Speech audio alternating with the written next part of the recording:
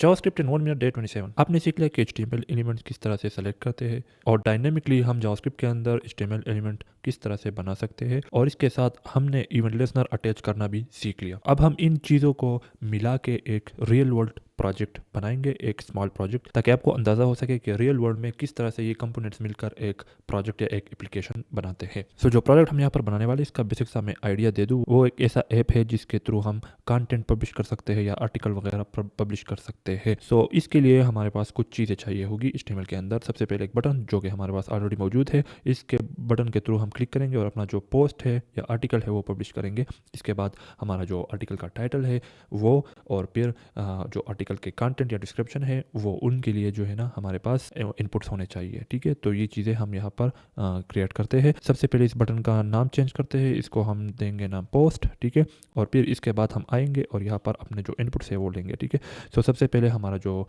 Title है उसके लिए हम इनपुट लेते हैं और यहाँ पर हम देंगे टाइटल। ठीक है, ये आईडी हो जाएगा इसका, और यहाँ पर इसके बाद हमारे पास आ जाएगा टेक्स्ट एरिया। ठीक है, वो हम डिस्क्रिप्शन के लिए यूज़ करेंगे। इस इनपुट के बाद हम एक लाइन ब्रेक लेंगे, ठीक है, एक एम्प्टी लाइन के लिए, और फिर हम अपना टेक्स्ट एरिया यहाँ पर देंगे और इसको आईडी देंगे।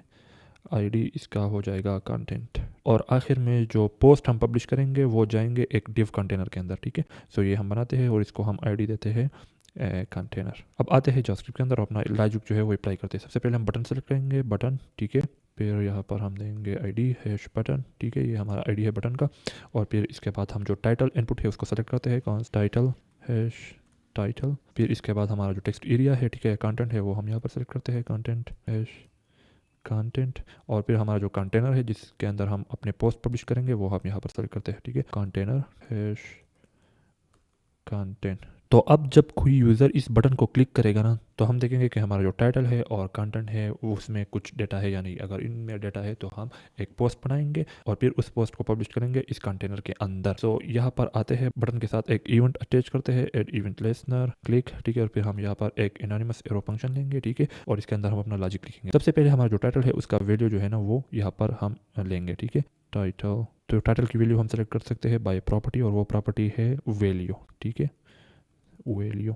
सो यहाँ पर हमारे पास वैल्यू हो जाएगा टाइटल की। ठीक है, फिर हमारा जो कंटेंट है उसकी वैल्यू। ठीक है, डिस्क्रिप्शन, और वो हम सेलेक्ट करेंगे कंटेंट डॉट वैल्यू। तो ये दोनों हमारे पास वैल्यूज़ आ चुके हैं। ठीक है, अब हम देखेंगे कि क्या ये फिलअप है या नहीं है। ठीक है, इसमें डेटा है या नहीं है। ठीक है, तो यहाँ पर हम देते हैं F title value and content value. तो हम फिर पोस्ट करेंगे, इनको जो है ना कन्वर्ट करेंगे HTML एलिमेंट्स में, और फिर उन एलिमेंट्स को पुश करेंगे इस कंटेनर के अंदर। तो टाइटल के लिए हम h2 टैग बनाते हैं। ठीक है, const h2 document dot create element h2, और सेम हम जो है ना डिस्क्रिप्शन के लिए भी, डिस्क्रिप्शन के लिए हम p टैग यूज़ करेंगे। और अब जो है ना टाइटल वैल्यू को h2 के अंदर पुश करेंगे और कंटेनर वैल्यू को, कंटेंट वैल्यू को हम p के अंदर पुश करते हैं। ठीक है, तो यहाँ पर हम बनाते हैं h2 डॉट इनर टैग, वो हम लेंगे टाइटल वैल्यू, और p के अंदर हम पुश करेंगे कंटेंट वैल्यू। ठीक है, कंटेंट वैल्यू।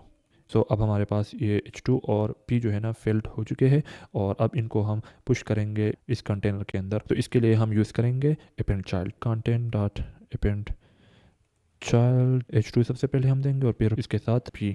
सो अब हमारा पोस्ट है वो यहाँ पर पब्लिश हो चुका है। अब हम इन वैल्यूज़ को, टाइटल की वैल्यू और कंटेंट की वैल्यू को जो है ना क्लियर करते हैं। ये एक अच्छी चीज़ है यूज़र एक्सपीरियंस के लिए। ठीक है, title dot value empty string. ठीक है, क्लियर इस तरह से हो जाएगा, और इस तरह से हमारा जो कंटेंट है वो भी इस तरह से क्लियर हो जाएगा। ठीक है, अब आते हैं और देखते हैं कि ये काम करता है या नहीं करता। तो यहाँ पर आप देख सकते हैं ये हमारा पोस्ट बटन है। ठीक है, ये हमारा टाइटल के लिए इनपुट है, और ये टेक्स्ट एरिया है पोस्ट के डिस्क्रिप्शन के लिए। ठीक है, सो सबसे पहले हम टाइटल देते हैं, टाइटल। ठीक है, और यहाँ पर कुछ डिस्क्रिप्शन वगैरह कुछ डालते हैं, और अब इसको हम पोस्ट करते हैं। जब हम इसको क्लिक करेंगे तो यहाँ पर एक पोस्ट आ जाएगा, पब्लिश हो जाएगा। तो आप देख सकते हैं हमारे पास यहाँ पर एक पोस्ट आ चुका है, ये इसका टाइटल है और ये इसका डिस्क्रिप्शन है। ठीक है, और जो इनपुट्स है वो भी यहाँ पर क्लियर हो चुके हैं। ठीक है, तो दोबारा अगर हम यहाँ पर कुछ देते हैं, ठीक है, और दोबारा इसको पोस्ट करते हैं, ठीक है, तो आप देख सकेंगे, ठीक है, एक और पोस्ट यहाँ पर आ चुका है।